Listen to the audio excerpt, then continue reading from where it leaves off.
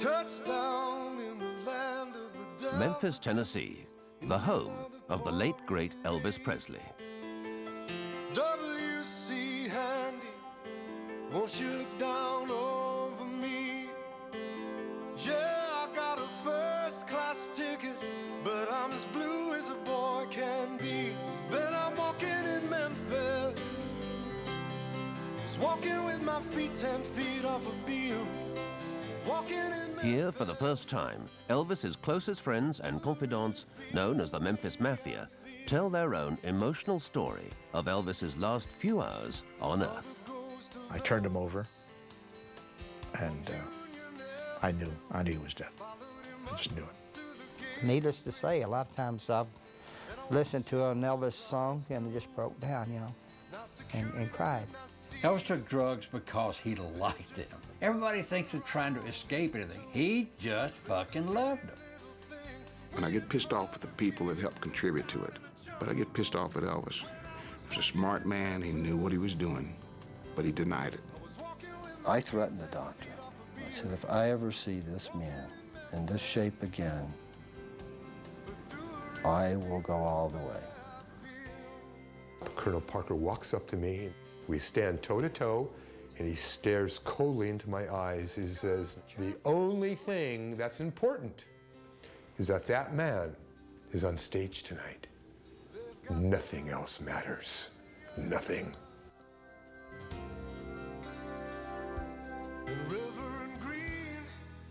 Sun Studios in Memphis.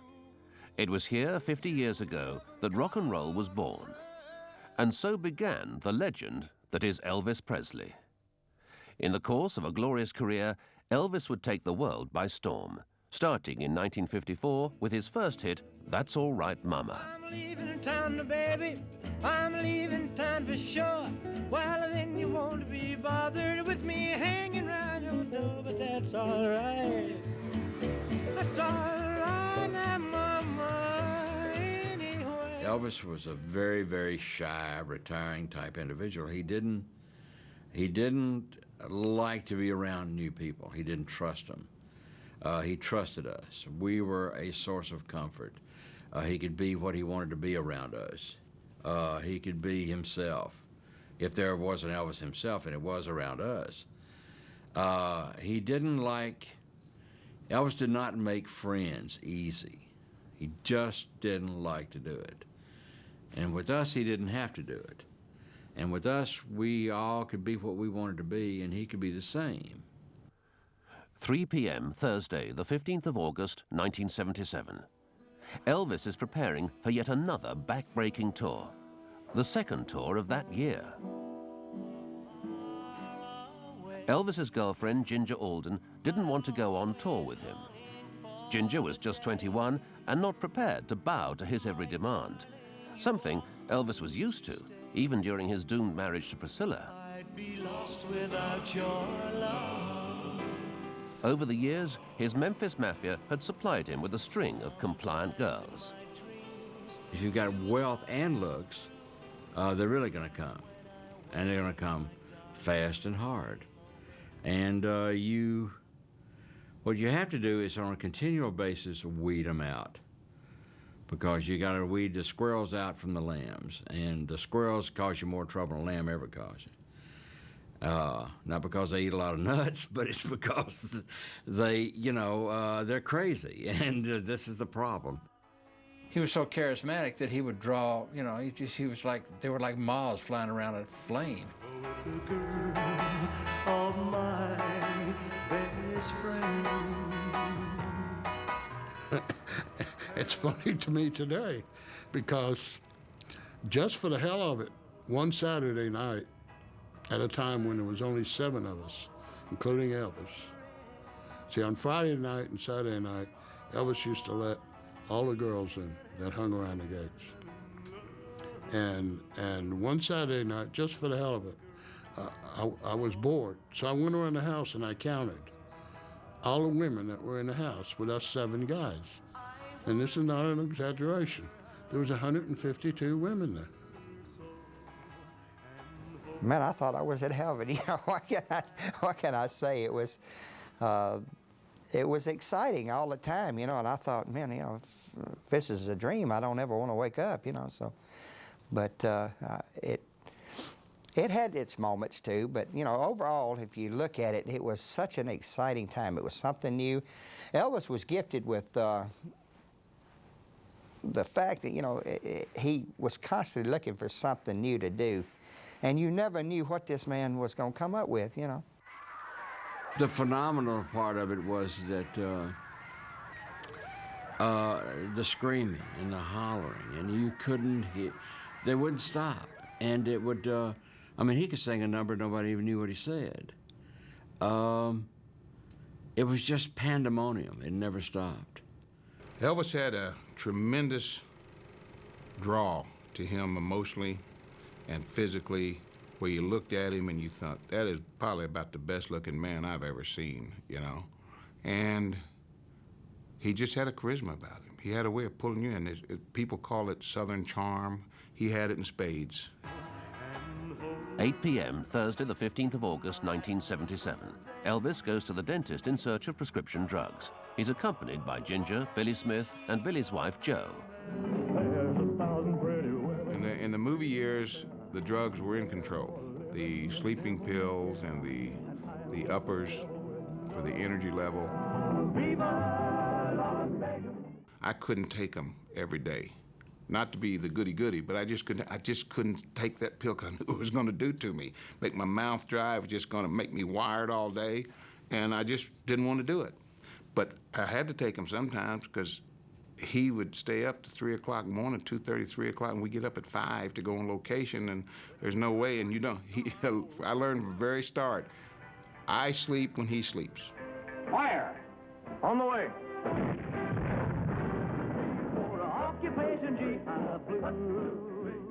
The guys around Elvis, we would just, you know, we stayed wired up all the time. We didn't go to bed till, you know, 2 o'clock in the evening, and it was tiring after a while, and so we'd take a little speed to stay up the next day, and a lot of times we couldn't go to sleep because we were high, and we had to take a sleep pill to go to sleep.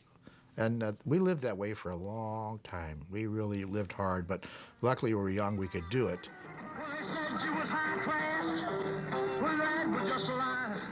Amidst the fun and games, there were already warnings of what excessive drug use would bring. One time, I forget, we were going so hard that Elvis started getting a bloody nose. And we went to the doctor, and the doctor said, you guys need to get some rest. His resistance was getting down, and he kept getting a bloody nose, so we had to rest for a couple of days. Elvis did everything to excess. He had massive appetites for food, sex, drugs, and rock and roll. He approached his search for spiritual serenity in the same enthusiastic way. Larry Geller was Elvis's personal hairdresser and spiritual guru. Elvis had a beautiful head of hair. I mean, the man had everything. He even had the hair. It was a little fine. It lacked body, but he had a beautiful head of hair. And I remember I sprayed it, and I was molding it, and I said, so what do you think, Elvis? And he said, oh, great, great, great. And he swirled around in his chair. He looked and said, but I want to ask you a question. My hair's great, but what's more important to me is this. What are you really into, Larry? What are you really all about? It really threw me for a loss for a moment.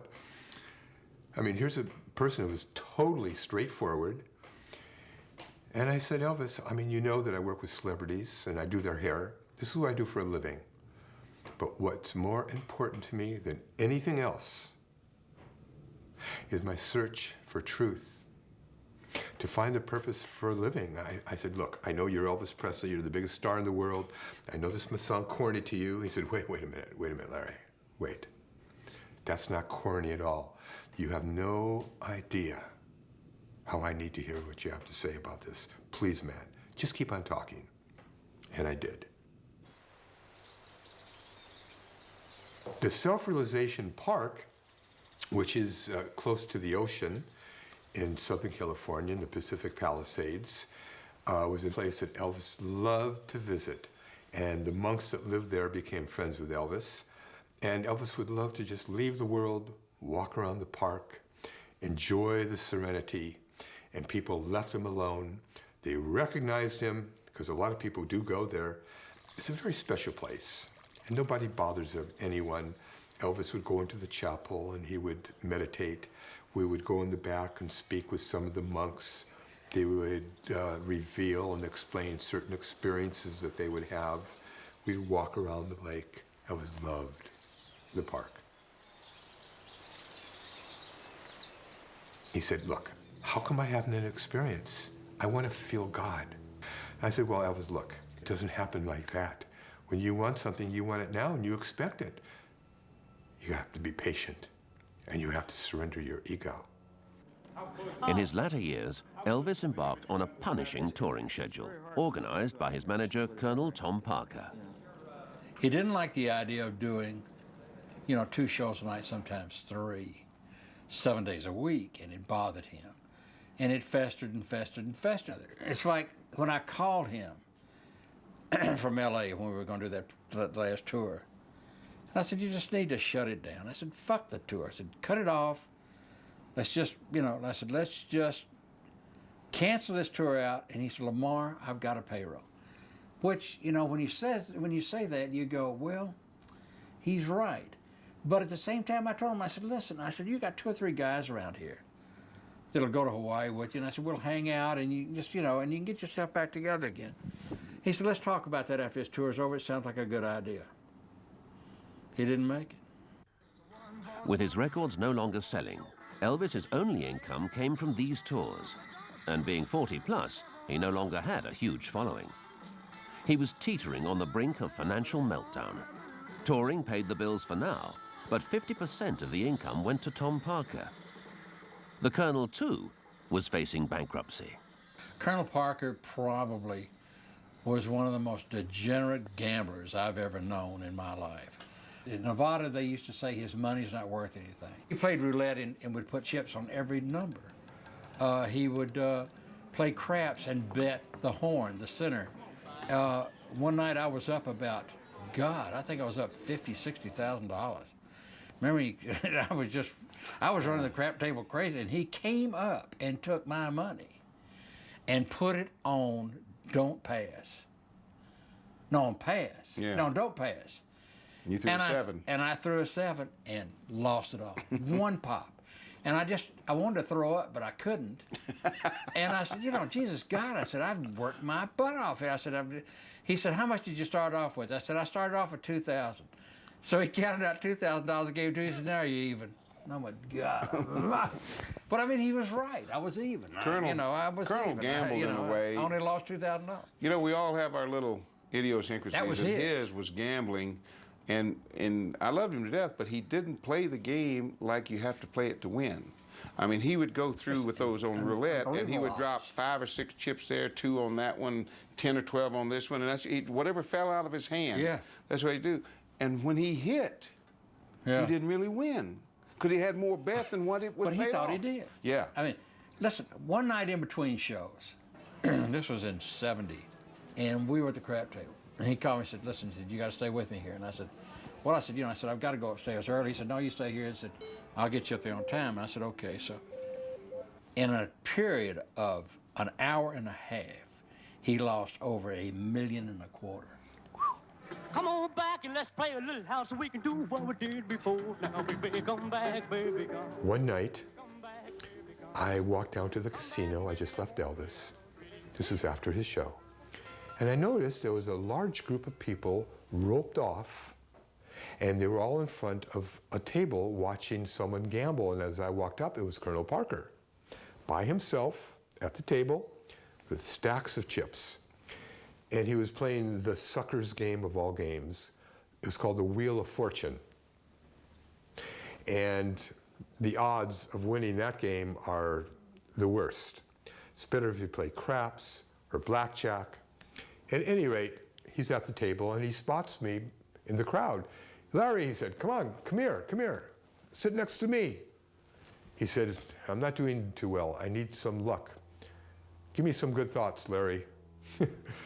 I said, okay, Colonel, and I felt so uncomfortable. I really did. After about 5-10 minutes, I said, Colonel, maybe you'll do better now. I hope you will, but I have to get back upstairs because Elvis needs me. I told him I was just going to walk down for a few minutes. So I left. The Colonel was there for hours upon hours upon hours until like 5 o'clock in the morning, and he lost $1.5 million that night. As Elvis prepared for his last tour, that would start in Portland, Maine on August the 17th, it was clear that he had no choice but to perform if he were to remain solvent. And for Tom Parker, it was essential that his gambling losses were covered. Elvis had turned into the Colonel's own cash cow. We were on tour in Louisville, Kentucky. And this was about 4 months before Elvis passed away. And Elvis, the night before, had a very difficult time. He felt he had a fever. He felt nauseous. He felt flu-like. He couldn't sleep. He had a very, very difficult night. It was late afternoon, and Dr. Nick was Elvis's doctor, who traveled with us, was in the bedroom with Elvis. I was in the front room. The television was on, and there was a pounding on the door, which was very unusual because we owned that floor. No one was allowed there. We had security cops positioned in front of the elevators. Everything was blocked off. So who would knock on the door like that? So I immediately walked over to the door, looked through the peephole, and there's Colonel Parker, who never came to visit Elvis on tour. I opened the door. I said, "Colonel." He said, "Where is he?" I said, "Well, he's in the bedroom. Let me tell him you're here." He said, "No, I'm going right in." So he, with his cane, he walked past me. He opened the door, and this is what I saw. Dr. Nick was holding Elvis's head. Elvis is in the bed, semi-conscious, almost comatose. And he was moaning. He was in such bad shape. And Dr. Nick was dunking Elvis's head into a bucket of ice water to revive him. The door closed. And I thought immediately, okay, this is good. This is good. Now the old man, Parker, is going to see what's going on here. He's going to see how bad, the bad shape Elvis is in. And he's going to do something about it. I mean, he can't allow this to go on. It's inhuman. 90 seconds later, the door opened up. Colonel Parker walks up to me and and I get up. We stand toe to toe, and he stares coldly into my eyes. He says, "Now you listen to me. The only thing that's important is that that man is on stage tonight. Nothing else matters. Nothing." There's a lot of them. I can't think of any right offhand. I like to live up to my reputation of being a nice guy. This is it, folks. Beautiful, baby.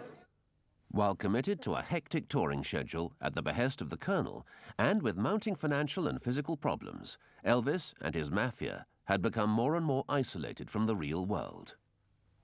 Well, I knew over the years Elvis was very isolated from the outside world. We didn't know what was going on the outside. We very seldom read the paper. We watched a lot of sports, a lot of TV shows. We didn't hardly watch the news. We were very, very much hidden from everything going on the outside.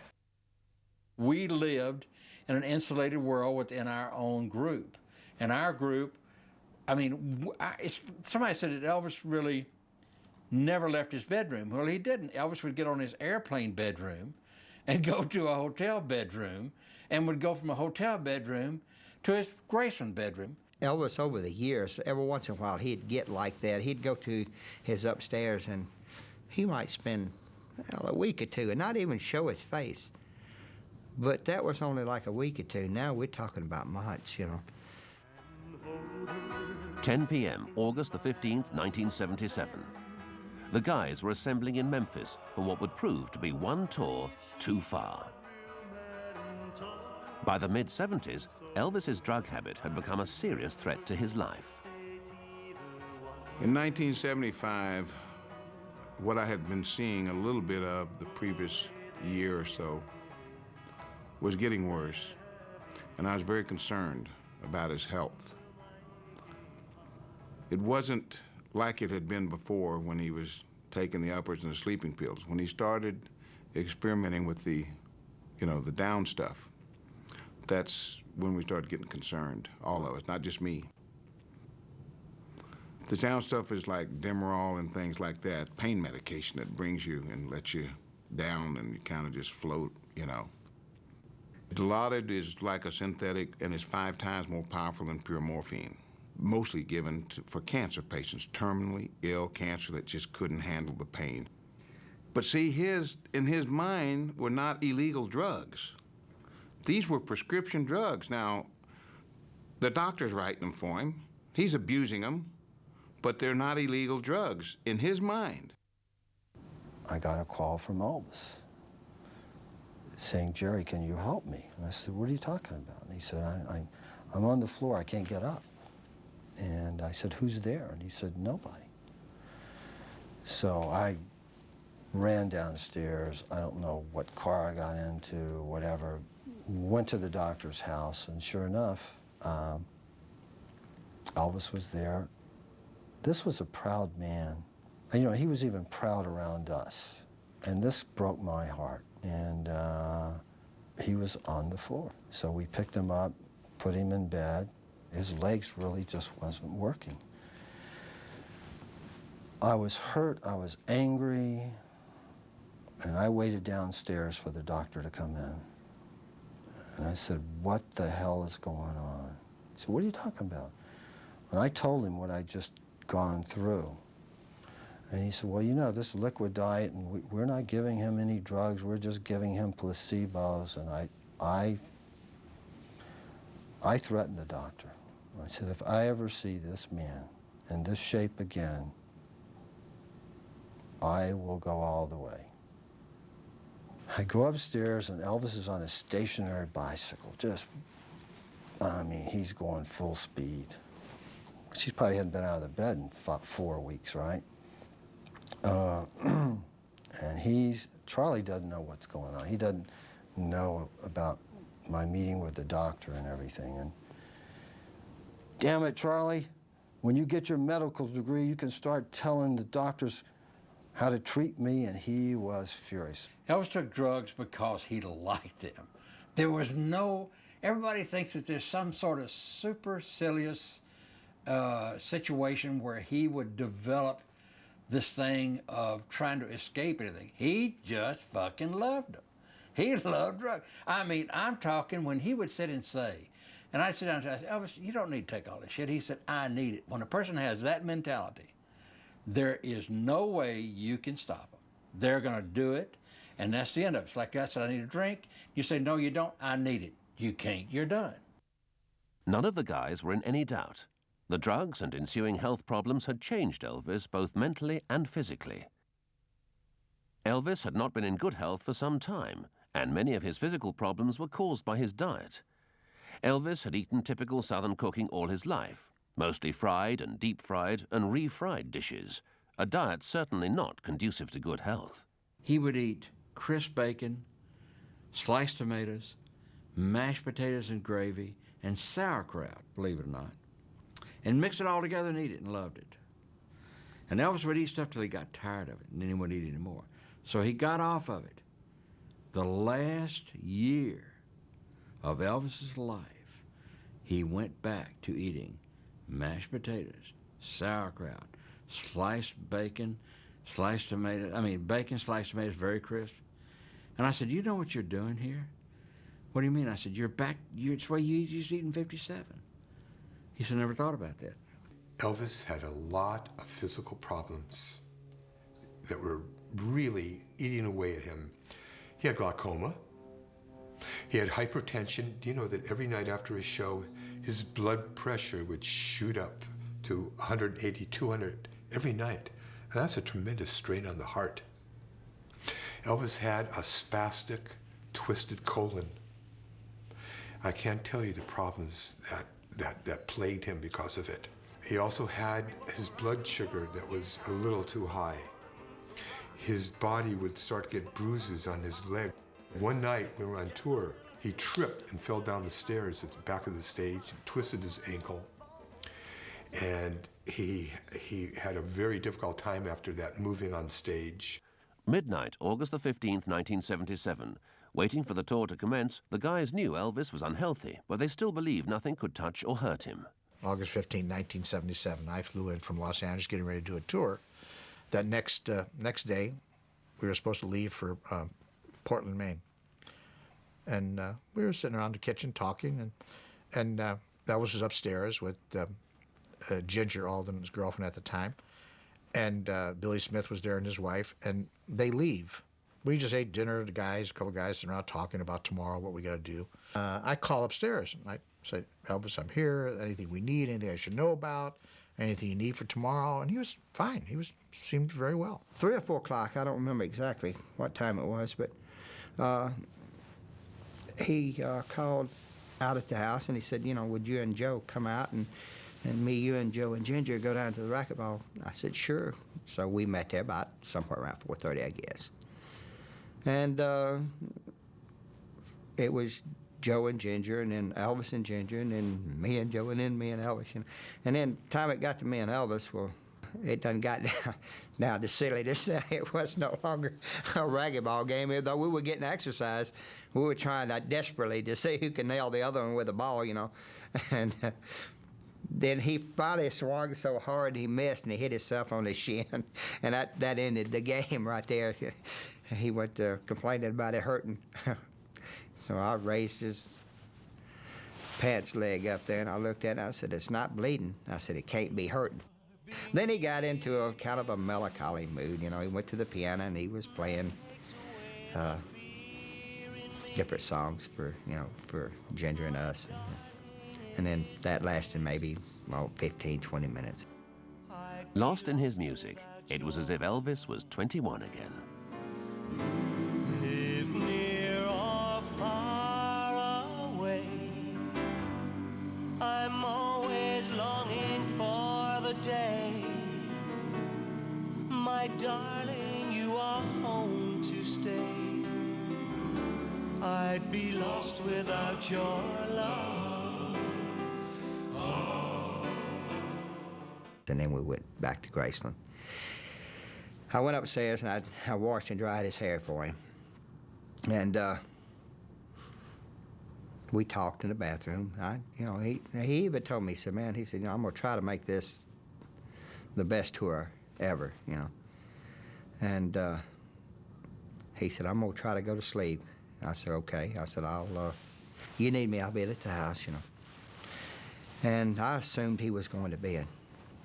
His mood swings were more frequent. Elvis Presley was always an upbeat person. He really was, and I guess that's one of the things more that made you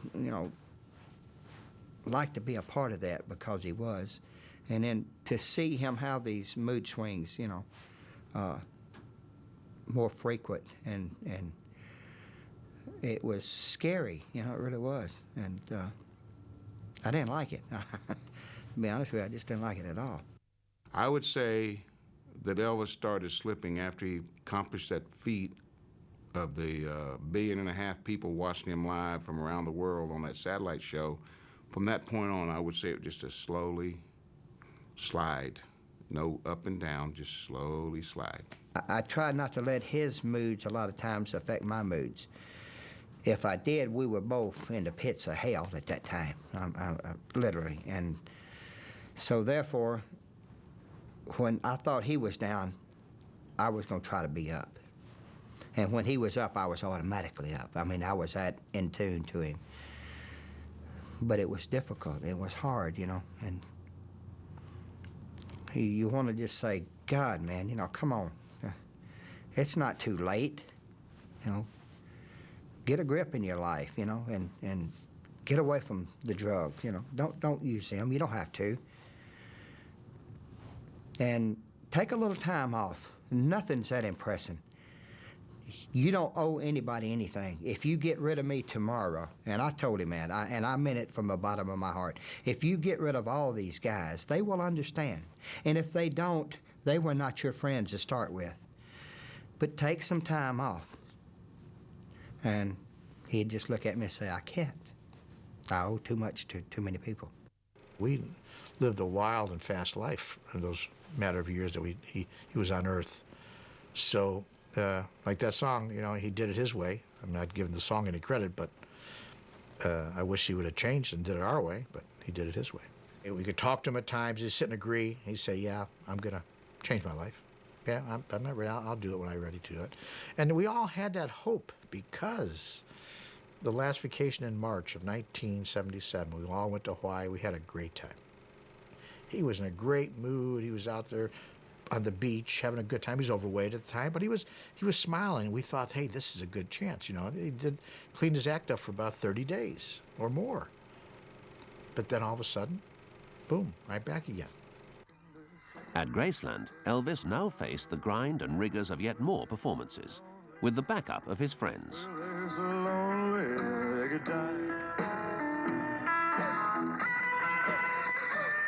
None of them were happy. Elvis's decline had accelerated.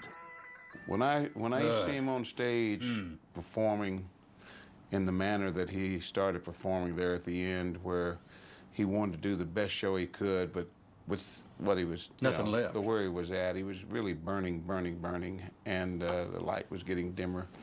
I must say,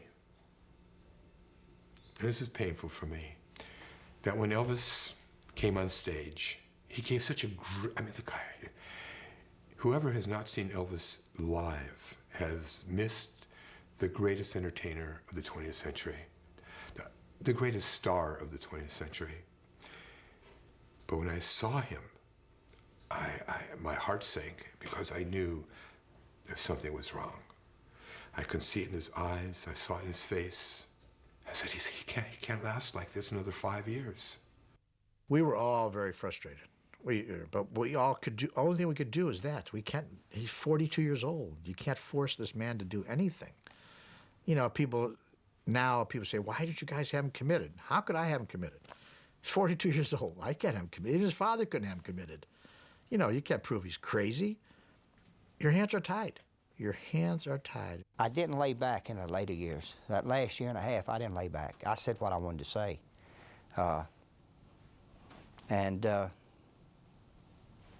The hell of it is, after all, I look back on it, it didn't do any good, you know, and that's what hurts more than anything. 6 a.m., the 16th of August, 1977. Elvis was restless. He told Ginger he was going to read in the bathroom. 2 p.m., the 16th of August, 1977. Ginger went to the bathroom to check if Elvis was okay.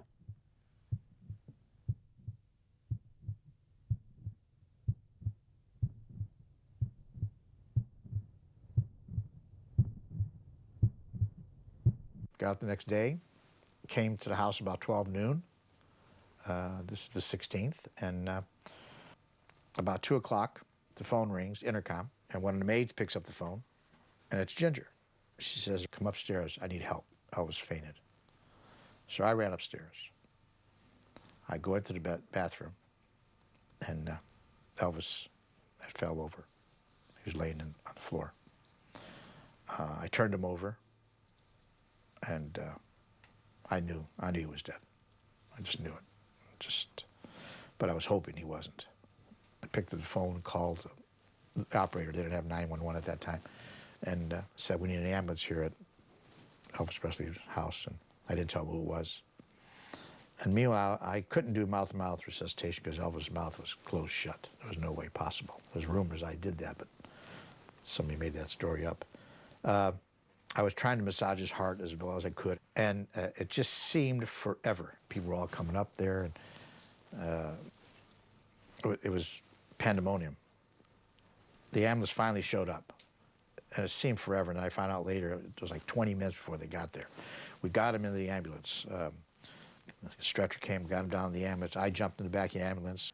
All the way to the hospital, we're talking to him, and we get to the hospital real quick, the Baptist hospital.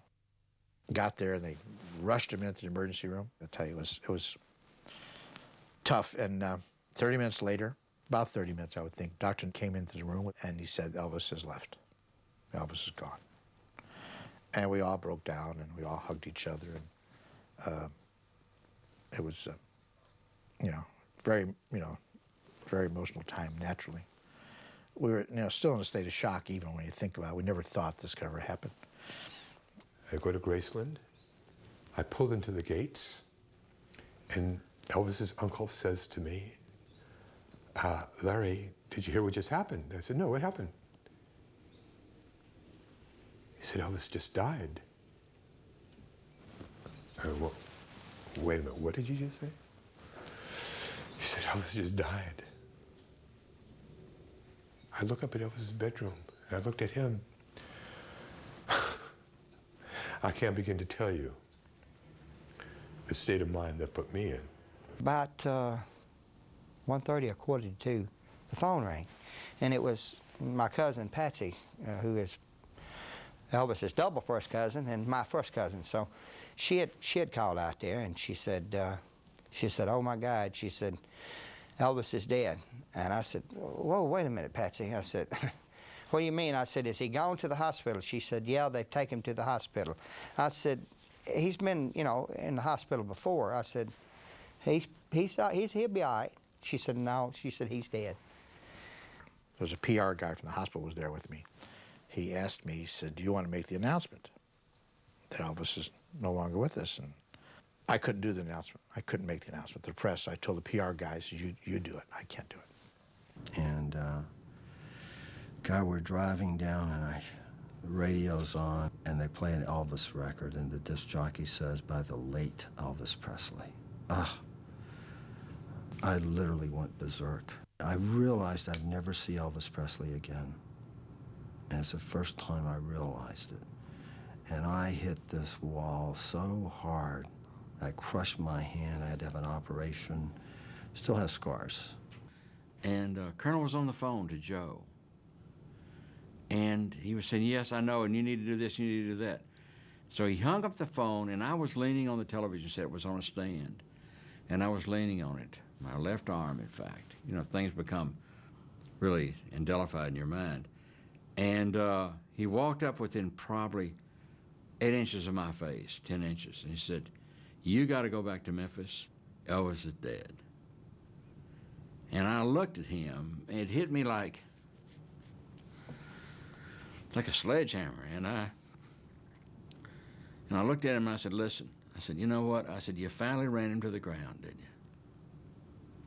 And he got mad at me. I said, "You know what I'm talking about." I said, "Y'all wouldn't let him up. You kept working him. You kept working him." He said, "You need to leave." And I said, "Yeah, I'm going to leave to keep from knocking your damn teeth out." When they brought him, to the house and all the next day, I had some relief, you might say, when I saw him, because I realized it's true, You've got to accept it. It's true. Whereas before I could believe, that he was just sick, in the hospital. I was just hearing what they wanted to tell me. But when you see the real thing, then it's there. And you got to deal with it. I got into the house, and there is a group. A lot of the guys are there, and there's little Lisa Marie walking around saying, "My daddy is dead. My daddy is dead." Vernon, his father, is sitting in a chair. He said, "Larry, Larry," and I run over and I collapse into his arms. "What am I going to do? What am I going to do, Larry?"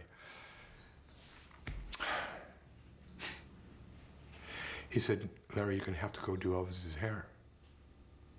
You got to go to the mortuary, Larry. He knows, how he would like to look." I said, "Don't you worry, Mr. Presley. Don't you worry. I'll go." And I would have never, ever thought he would have died. We all talked about it, but he's too strong.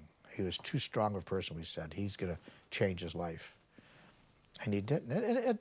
It was tough. It got to a point where a lot of guys didn't want to talk about it. I think that he had so much to give. And here it is, he hits the floor and died by himself. And I think that's horrible. I think that, nobody wants to die. And nobody wants to, especially die alone, I don't think. It'd have been so nice if we all could have been around him. But, as it was, he fell forward on the floor and died. It's horrendous. I was led by these police officers into a brick building that was very cold, very dark. It was a long corridor. I walked down this corridor, and all I could hear was my heart beating, thumping, boom, boom, boom. And I stopped in my tracks because I saw what was in the other room. There was a table. I saw a body on the table with a sheet. I walked into the room. There was Elvis. I walked up to him. I stood right by his head on this side. Charlie Hodge stood on the other side. There was a few morticians in the room. And there was a silence for a long period of time. I just looked at that face, that beautiful, magnificent face. Now I had to do his hair. And the next shock kicked in. We were off tour for 6 weeks. We had a hiatus period. There was a regrowth, half an inch, so. All white hair. I didn't bring my dyes with me. I'm thinking, oh my God, what am I going to do now? There was a lady there, and I said, do you have your mascara with you? And she did. It was a little black, thank God, mascara with a little teeny brush. So I smeared it all around, blended it into his black hair that we dyed black, and it worked. It took me a good 45 minutes to an hour just to prepare his hair, because first of all, Elvis was lying horizontally. His life force left the body, so there was nothing there. So I had to work on it, work on it, work on it, which I did. At a certain point, the morticians who were applying makeup to his hands and his upper body like they do, they pulled the sheet down. And Charlie Hodge screamed. He said, what the hell are you, how could you do that in front of us? So the crisscross autopsy scars. They covered it back up. And over the years, you know, the big story, Elvis might be alive. Oh, how I wish that was true. I worked on his body. And I've worked on his body thousands of times. That was Elvis Presley. That's it. There's no doubt about it. And memories just started cascading down. Memories of the first night that I met Elvis, telling me how I must have been plucked out of the millions and millions of lives to be Elvis. There has to be a reason. And things of the last 13, 14 years. It was so unbelievable, so surrealistic. At a certain point, I thought, no, wait a minute, this isn't real. He's sleeping. He's going to open his eyes. He's going to imitate Chief Inspector Clouseau from the Peter Sellers Pink Panther movies. Elvis knew all the lines. He was going to wake up and sit up and say, hey, what the hell's going on here? Let's get back to Graceland. No. I understood exactly what was happening. I understood this is the corpse of Elvis Presley, and his life force, his soul is not in that body anymore. Vernon Presley, Joe Esposito, and a few of the guys, Jerry Schilling and a few others, we walked up to see Elvis for the very last time, because now he's going to be interned. Someone took his TCB ring off, and the lid of the coffin is coming down, and I'll tell you right now, purposefully, consciously, right before the lid came down, I put my hand in, and I put my hand right on his forehead and said goodbye. And I wanted to be the last person to touch him. The lid came down, and I was. The funeral, during the funeral, some weird things happened, you know. We got ready to load the casket into the hearse after we loaded it and all. All of a sudden, this tree limb broke and made a hell of a sound, really did. Made a crashing sound. It was not that big a tree limb, but it was big enough. And to look at it, it looked green. It didn't look like it was rotted and fell. It looked. So everybody kind of looked at each other, and of course, I think Lamar said something, you know, said, well, he's still at work or something like that, you know. And then we got to the mausoleum, and they had him set up, and there was this little round window up above, and it faced east and west. And it was, I guess around 3, 4 o'clock in the afternoon. And when the sun finally came over, where the wood separates the panes, there was 4 of them, it threw this pretty across that casket you've ever seen. Of course, I can't tell you the cold chills that run across my body, you know, I thought. You know, my best friend is dead. No matter what you want to say, that's the biggest loss to me I've ever had. And we can say he had a good career, we can say this, we can say that, but the guy's dead. It was that rocket ride with Elvis that we went through. It was such a part of life, you know, and a fascinating one at that. And you can't just turn that on and off when you get ready. There's times when it'll hit me and I'll just, sometimes it's happy, sometimes it's sad. And needless to say, a lot of times I've listened to an Elvis song and just broke down, you know, and cried. You know. Oh, I wish I was in the land of cotton. Old times, they are not forgotten. Look away, look away, look away, Dixieland. There's not a day that goes by I don't think about him. I have dreams about him. I've had him, my last wife. One night I just jumped up in the bed, sitting straight up. Elvis said, Holly, Lamar. And I heard him, and he woke me up. I mean, I heard his voice like he was right next to me. And I was in a cold sweat. She said, what is it? I said, he just hollered at me. And every day it goes on.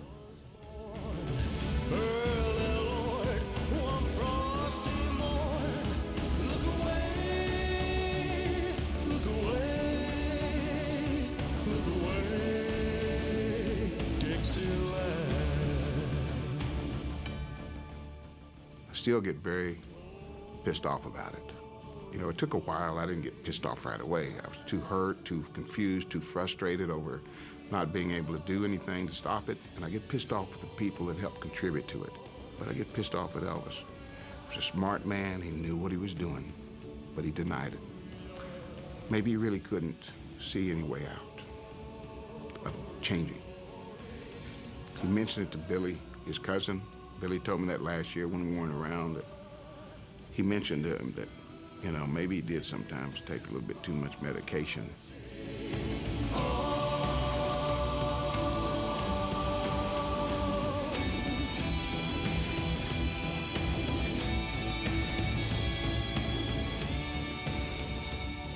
I was angry about his death. Elvis, I thought he had no right to die. I thought he had no right to die at that age. I think that he left too much on the table. If anybody ever left too much on the table, Elvis did. Bound to die, but all my trials, Lord, soon. I just flashed back to all the good times we were having there.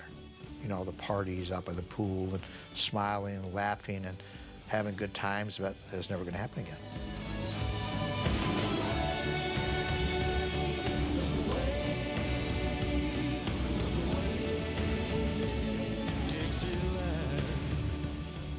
I spent about 20 years trying to make up for it after Elvis died, make up for all the things that I didn't do with my family when I was taking those pills and when I was with Elvis. I'm not very proud of those things. But that was the way of life we had. It was the mentality that Elvis really set, and of course we didn't have to go along with it, but we did, is that the life it belongs to the guys and not the wives. And he excluded the wives a lot in what we did, but that's really no excuse for me.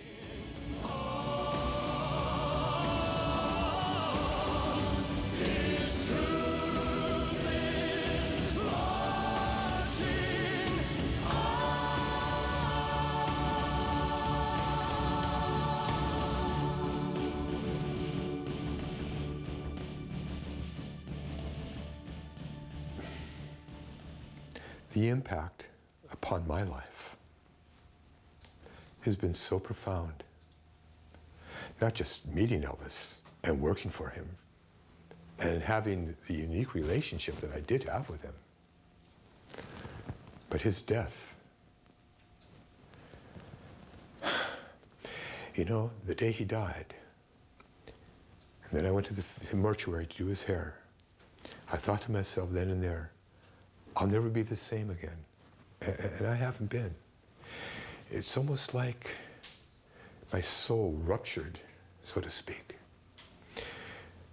Yes, you know, you come to terms with it, but it stays with you. And that moment, those moments of his death have remained until this very moment, and I'm sure they will until I take my last breath. Put on my blue suede shoes and I boarded the plane. Touchdown in the land of the Delta Blues, in the middle of the pouring rain. W.C. Handy, won't you look down over me? Yeah, I got a first-class ticket, but I'm as blue as a boy can be. Then I'm walking in Memphis, just walking with my feet 10 feet off a beam. Walking in Memphis, but do I really feel the way I feel? Saw the ghost of Elvis on Union Avenue, followed him up to the gates of Graceland, and I watched him walk right through. Now security, they did not see him, they just hovered around his tomb. But there's a pretty little thing waiting for the king down in the jungle room. When I was walking in Memphis, I was walking with my feet 10 feet off a beam. Walking in Memphis, but do I really feel the way I feel?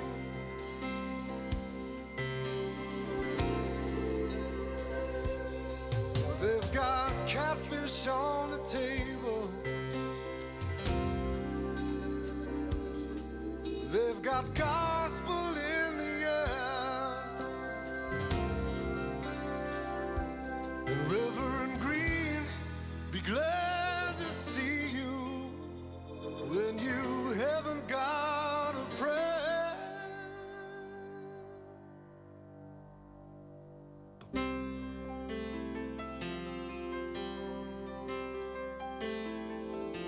Put on my blue suede shoes and I boarded the plane.